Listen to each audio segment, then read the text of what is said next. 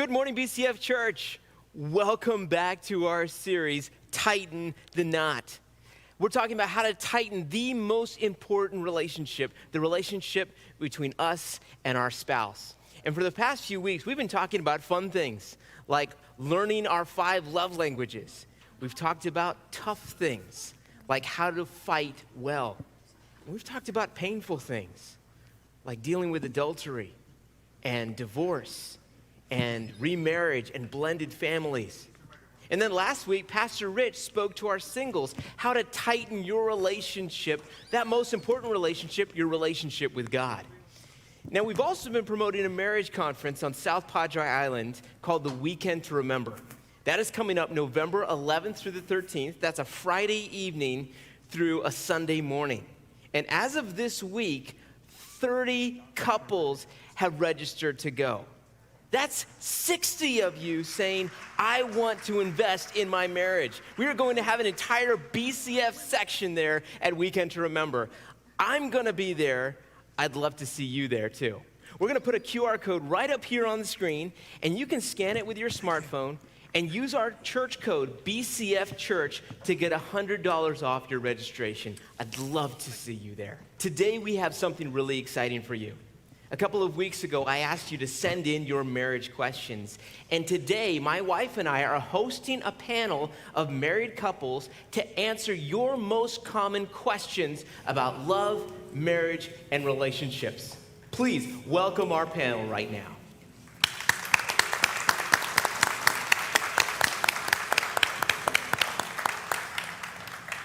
So for the past few weeks, we've been in this series, Tighten the Knot. I've been talking about marriages.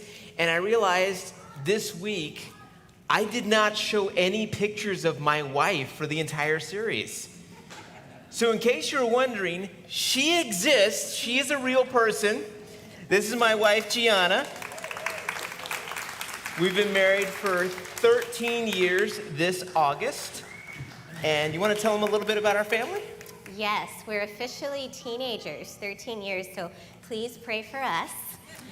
We have 3 children, 1 son, Jack, who is 10 years old, and 2 daughters, Cecily and Felicity, and they are 8 and 6 years old. Awesome. And I'd just like each of our couples to just introduce yourselves. My name's Leslie, and this is my handsome hubby. Aaron. We'll be married 14 years on the 10th, so in 8 days we'll have 14 years of marriage. We don't have any children, but we do have 2 dogs. We have 2 beautiful dogs.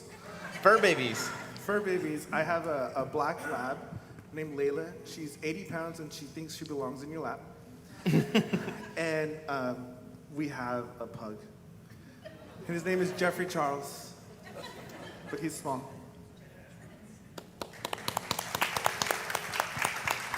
Yes, my name is Julio and my beautiful wife, Laura. We got married on July 21st, 1979. So that translates to 43 years of marriage.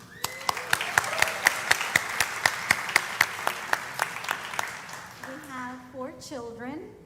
Our daughter Cristina, our son Julio Jr., our son Esteban, and Andre.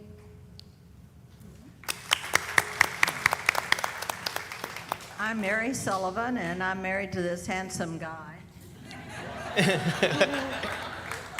And we've been married 56 and 8 months. Yes, 56 and 8 months, almost 57. We have 2 children, our son Jim and his wife Lisa, and our daughter Carrie and her husband Dan. And of course, our grandsons, who are great. I once said great-grandsons, but that sounds funny. They're just grandsons. Nate's 24 and is recently married, a lovely, lovely woman. And they live in El Paso. Joe is our youngest grandson, and he's 21, and he's in Virginia. We also, I failed to mention, but we also have grand dogs and grand cats. I don't know how many. I can't keep up. Thank you so much. You all are adorable. So the first question I have for you, and we'll start with the Sullivans and come this way. It's 2 parts. How did you meet, and how did you know you wanted to spend the rest of your lives together? He started this last time, so I think I will this time. Rodney picked me up. He picked me up at the dorm. I was at Stephen F. Austin State University, and he was assigned, he was a local guy, a country boy. I was a city girl. And he was assigned to pick up at the girls' dorm for anyone who wanted to go to church. And so my roommate and I were downstairs in the lobby, and the lobbies then had orange shag carpeting. It was really ugly. Anyway, and he was at the lobby desk asking if anyone wanted to go to church, and there were just the 2 of us. So my roommate Shirley and I went with him to church. And what did you do after church? Well, the scary part of it was that I had a patch on one eye because I'd had an injury at work, and Mary always said that I only saw half of her and thought there was more. But that was it. But we did go to church together on our first date, and we spent some time together at college between classes a lot. And the point was, He took me home to meet his parents. oh yeah, oh mercy.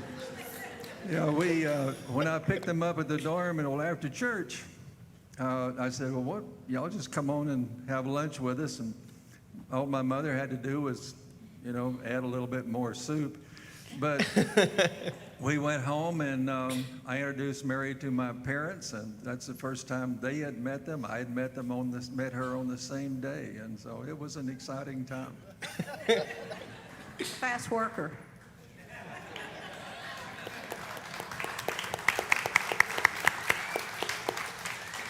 You want to know how we knew? Is that the second part? Oh, that's fun. He knew really quickly, and by what? You have it on your notes. October? October, he knew it was serious. And for me, it took about Christmas time because I didn't know. I had to figure out if this was started to say inflation, infatuation. Infatuation, or if this was the real thing. And then by Christmas, I knew this was a lifetime love. And so, anyway, it didn't take too long, just a little longer for me. Thank you.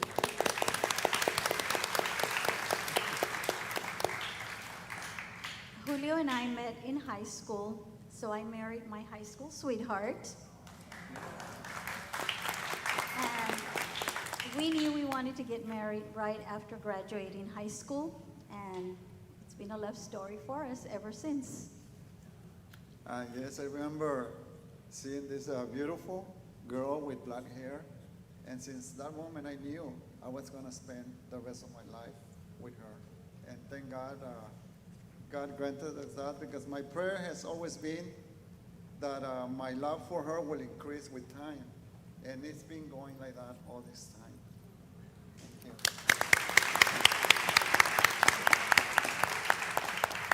So Aaron and I met here at church at BCF. He was 19 and I was 25. Yes. And I thought he was super annoying. So anytime he would come into a room, I would disappear somewhere else and I would close the door because I didn't want to hear his ridiculous laugh or his voice. I was always annoyed by him. So, and how did I know? I knew 2 months into our dating. We started dating in July, and by September I knew. I was like, this is it. This is the guy. I'm pretty sure. So we actually met when I was 18. Leslie blocked that from her memory. I was in college in Indiana for my first year, and I came down on break. And these guys had a college-age small group that was meeting, and I was like, well, I'm in college now, let's go. And I met Leslie, and she had on a jean jacket, and she had her beautiful black hair going. And I was like, well, wow, okay, hi. But she doesn't remember that. what she remembers is when I came back from college in the summer, a mutual friend of ours, they were roommates, and they invited me over, or she invited me over with some other people. And later on, I heard that Leslie asked her, "Who is this boy and what is he doing in my house?" But I wasn't discouraged. I was happy. I was fine. So I would walk into the church office where she worked, and you could hear her door like ever so slightly slide closed. And I would walk up to the door, I'd open it right up and be like, "Hi, Leslie. How you doing?" And she didn't like me all that much, but eventually, I broke her down and we started dating. And that was God, actually, and we can tell that story later. But we were dating, and like Leslie said, we had this moment in Hollywood Video. We were renting a movie, and she kind of backed up into me, or I backed up into her, and she was, right behind me. And later on, we both realized when we talked about it that we both thought, "I love you." Right? Isn't that special? But for Leslie, she was done. Like, that's it. We're getting married. And for me, I was 23. I didn't know if this was love or what I was feeling. So it took me a little bit longer. But like Mary said, in December 17th, that's when I was at a stoplight, and it was like overcast, and the drizzle was coming. I remember it all. Like, I sat there and I had that, movie moment of, "I love Leslie. I'm in love, and we're gonna get married. It's gonna be awesome." And that's when I realized.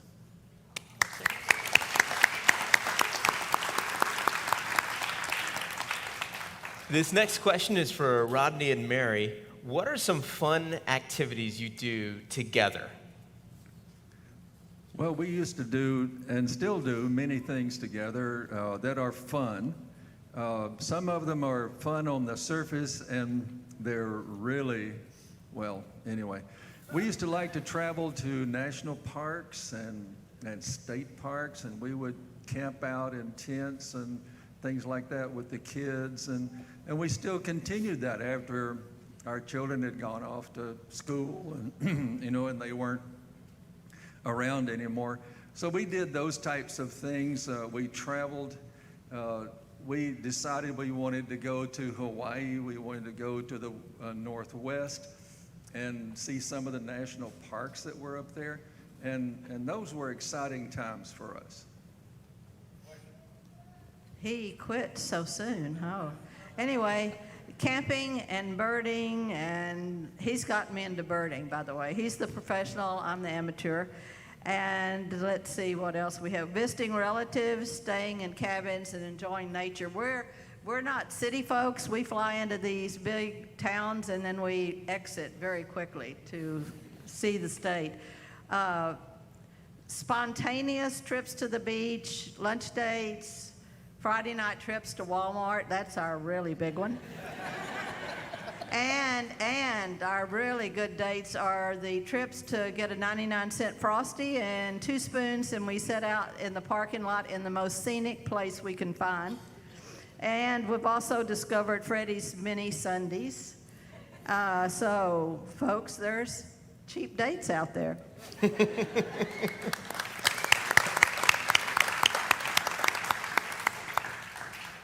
This next question is for Aaron and Leslie.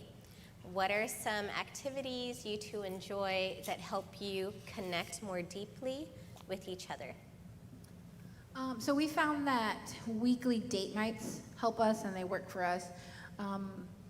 We had some years in our marriage where we didn't do that, and so we focused, with our dates, we focus on us. And so sometimes, like, we go out, sometimes we stay in, sometimes we hang out with friends, but we always make sure that we're in agreement with each other, like what it is that we're gonna do, because this time is focusing on us, whether it's building relationships with someone else or building our own relationship together. We kiss and we say goodbye when we leave the house. We always greet each other when we come home. And we take a few minutes just to focus on each other. Aaron needs time to decompress. So it's just a like, hello, I'm acknowledging you. We are here in the same house together. And so we're super busy. So we have to find that time to connect with each other, so this is something that we consistently do. Yeah, I have a full-time job. Leslie has a full-time job. I have a second job. Leslie has, she's in school.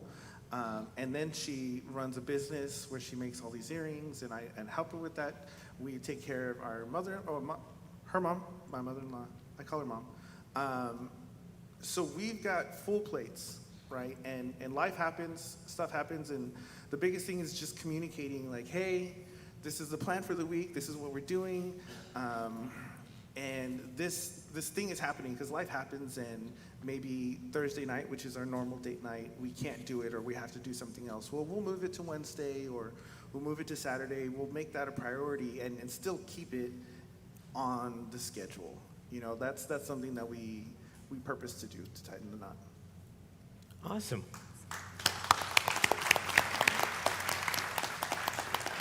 I have a question for Julio and Laura. What are some examples of ways that you serve each other?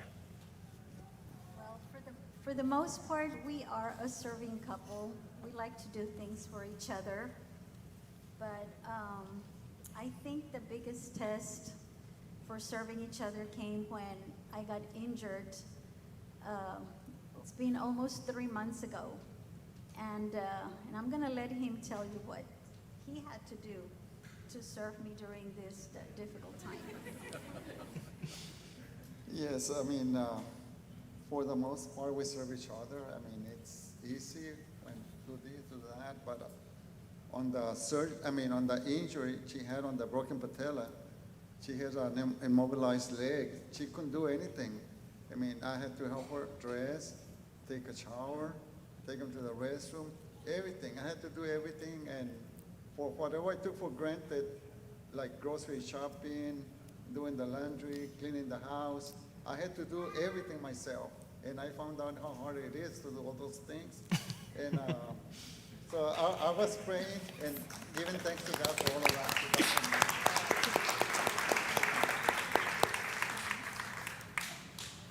You all are a wonderful audience, and the panel is doing a great job. It takes a lot of courage to come up here and to be honest and transparent and to share, your lives with us. So let's give them another round of applause. Thank you so much.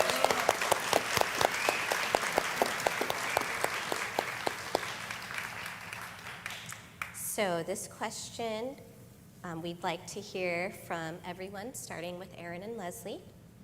And it's a deep question. The question is, what has been the most difficult season of your marriage? That's the first part.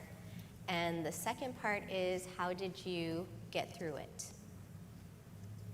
So probably the most difficult season for us this far, because we've been married almost 14 years, was 5 years into our marriage.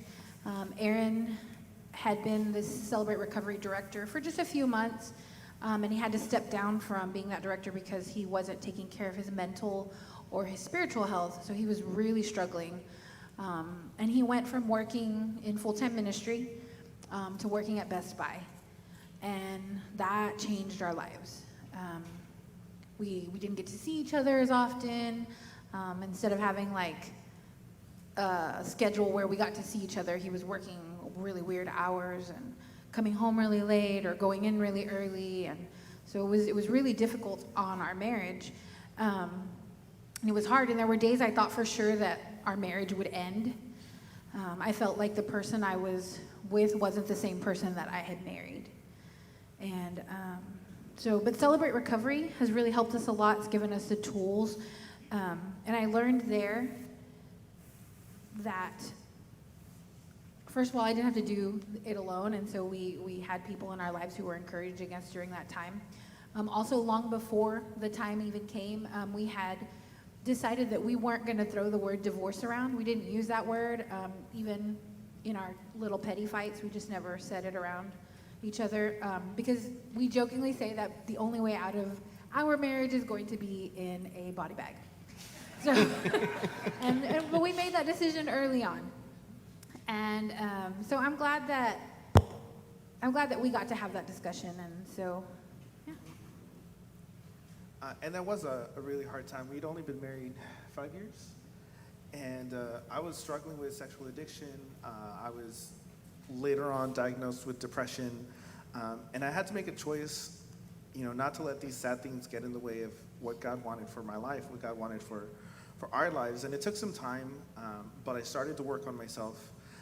I got on medication, and I eventually started seeing a therapist.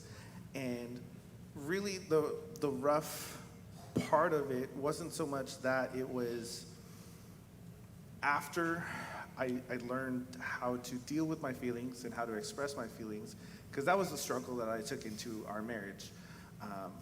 I was fine. I wasn't ever angry. Everything Leslie did was great. And I was dying inside. And the hardest thing for Leslie was learning how unhappy I was and how much I didn't like things. And so when I started to express myself in a healthy way and started to learn how to deal with my feelings, it was a kind of a shock for Leslie to learn that I didn't like certain things that she'd done for our entire marriage. And so that was a real process of learning and relearning how to do things. And we're so thankful that we have BCF and that we were in Celebrate Recovery. We tell people all the time, if it weren't for those two things, we might not still be married today. And it's because of these people that we were able to talk to and be open with and allow them to speak truth into our lives. Because you have your friends, and you may tell them whatever you decide to tell them, but if you don't give them permission to tell you the truth, to correct you, and then you take that correction, then you're not going to get any better. And thankfully, Leslie and I had that example for us, and we were able to do that. And, so if I talk to Leslie now and she's like, I'm such a bad wife, I'm such a terrible wife, I'm like, no, you're not, because a terrible wife wouldn't care. A bad wife wouldn't care. But you care, you stay, you take what I'm saying, and then we work on it. And that's part of the process.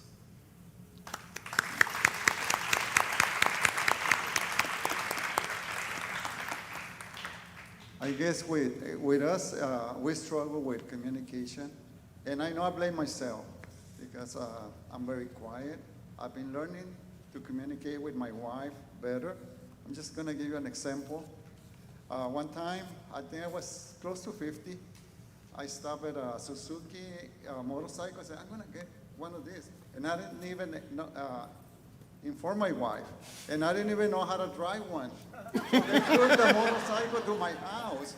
And she saw a big trailer coming in. And what are you doing? Well, I just stopped and bought this motorcycle. But you didn't tell me anything.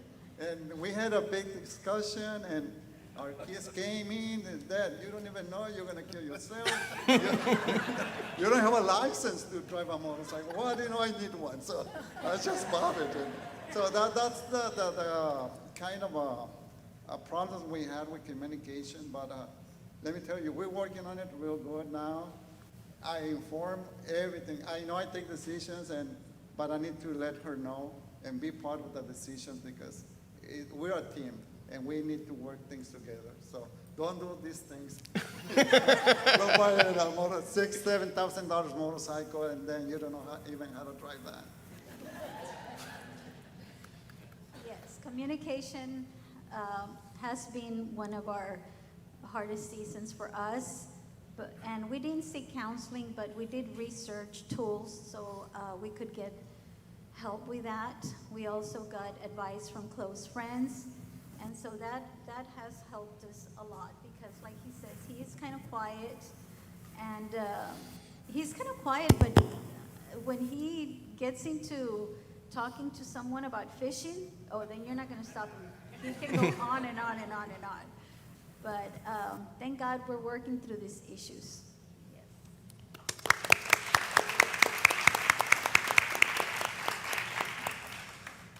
Probably one of the most difficult times for us or season for us occurred when we were probably around 25, and it extended over about 10 or 12 years.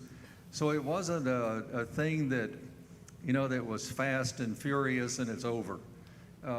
Mary's mother became ill as a result of surgery procedure that she had, and spent 13 months or so in quite a bit of pain and agony, and passed away. And then 3 years later, my mother developed cancer and passed away. And so here you are with, within 3 years, both of our mothers passing away. And we're used to having grandmothers around, but not grandfathers. So this is a completely different thing for us. And so we went, during that time, it was, I was helping take care of our 2 children. Mary was flying back and forth to Houston on the weekends to help with her mother's health, her mother's care. And so there was time of separation. We didn't have those times for our dates and stuff like that. We were pretty much consumed with all of this. Our children were only 3 and 1 when my mother got so sick that she had to have full-time care and was in a lot of pain. And I went, the Lord provided me a job to help pay for around-the-clock nursing for her. But I spent 1 full summer almost away from the family. Didn't get to see my daughter walk and take her first steps. Rodney really became a mother and father during that time. And it was stressful, but actually we got through that, even though it was hard, very hard.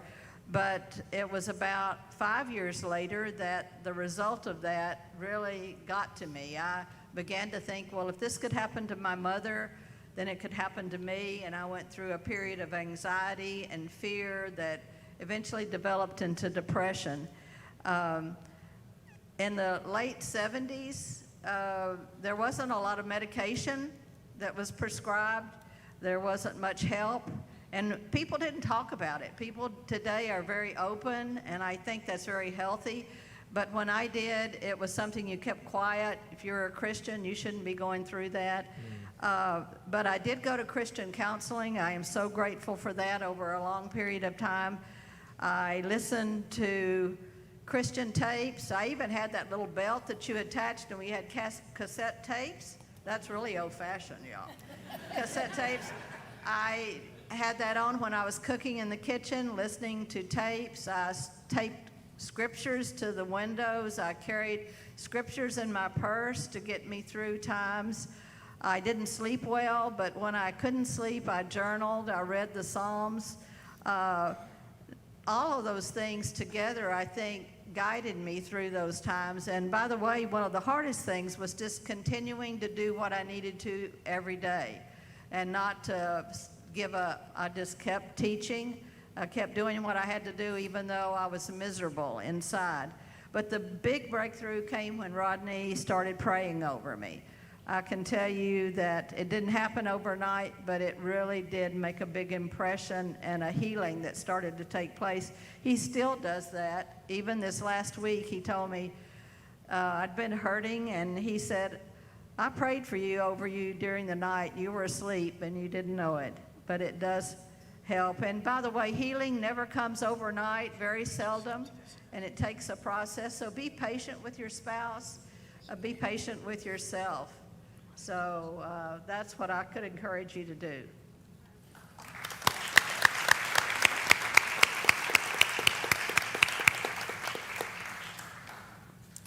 So this is our final question for our panel, and we'll start with Aaron and Leslie and go that way again. What would you say to a couple that is thinking about giving up?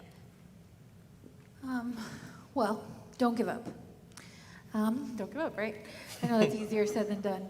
But try to remember why you fell in love. Sometimes you can't do that alone, so we always encourage people to get connected. Spend time with people who are for your marriage, people who will encourage you to stay married, not people who tell you to give up on it and tell you like, oh, you don't need that. What are you dealing with that for? Like, those are not people that you need. And I truly believe that if our relationships, like I said earlier, are not in community with other Christ followers, marriage can be even harder. Remember the vows that you made, for better or for worse, for sickness and in health. that doesn't just mean when they have the cold or flu.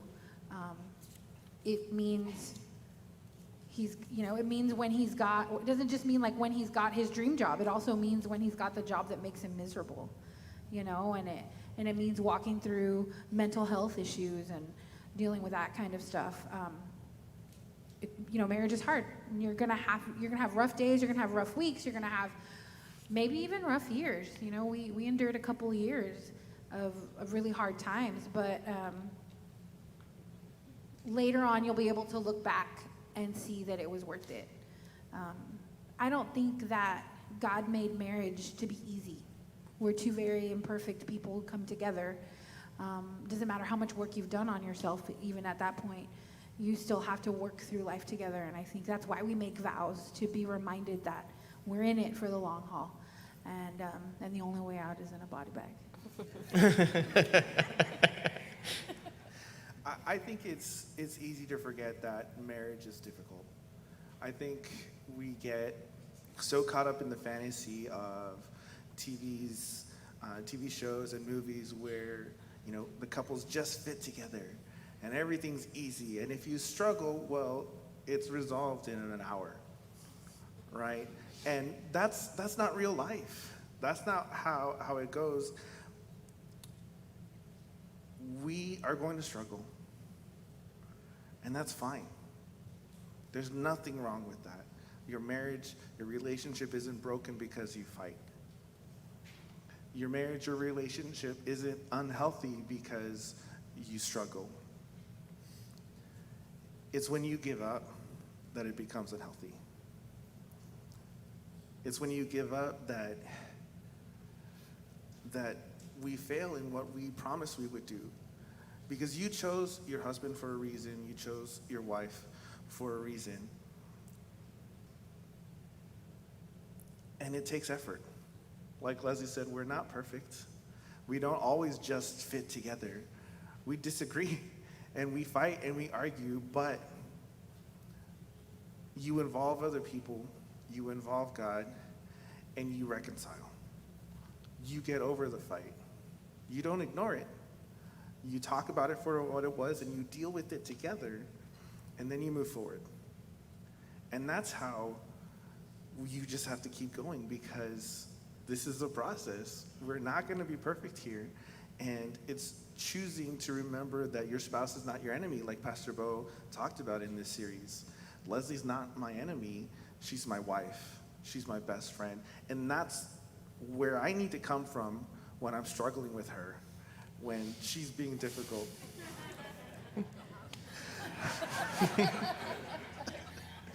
Or when I don't want to, because there are times when I don't want to be healthy. I want to do the bad thing. And it's the same for Leslie, remembering that I'm not her enemy, that I'm her best friend, that I love her. And it's walking through this together that, keeps us going.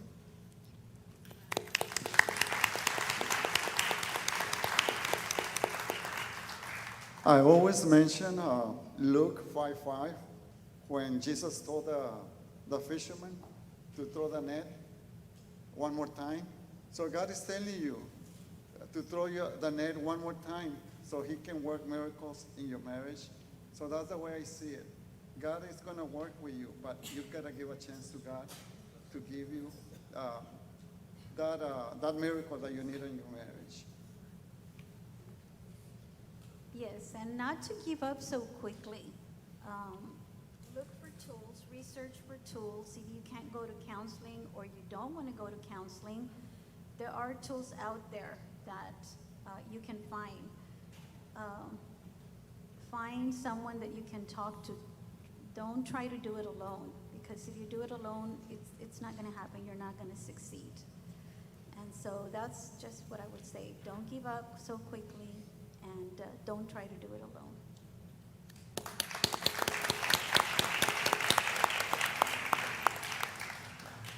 Maybe the first thing we need to do if we're wanting to give up is become a servant. Be willing, even if it's just you, be a servant to your wife or your husband. Take on that servant attitude, that attitude that I'm going to help this wonderful, beautiful, gorgeous wife that I've been married to, and I'm going to do something. I'm going to serve her. And maybe both of you could start serving. Another thing is get into small groups. Find you a compatible small group, and within that group find maybe one or two people that you can call. It's one of the things I'm kind of working on right now is finding somebody that when I'm at the point of wanting to give up or wanting to do something that would cause Mary to want to give up, that I could call them and then they could tell me, that you're crazy and that you need to straighten up and do a better job, those types of things. It's somebody to pray with you. Actually, he doesn't give up. He just gets grumpy. I call him Grumpy Bear. Absolutely. But anyway, one of the things that for us has been to focus on each other. I don't know, there's so many distractions with phones, with our things that are going on and activities, is having to really focus. And sometimes I think he's not listening to me, but I didn't say, hon, I need to tell you something, and we look at each other and we really, really listen. And I'm still working on that, because he'll say, did you hear me? And I'll think, yeah, I think. But anyway, really come along and work on, as we've said before, our communication skills. And I think that in my early marriage years, I didn't do that. I would get in the kitchen and be really upset that I didn't have help. But now I say, I need some help in here. And it makes for a much happier marriage.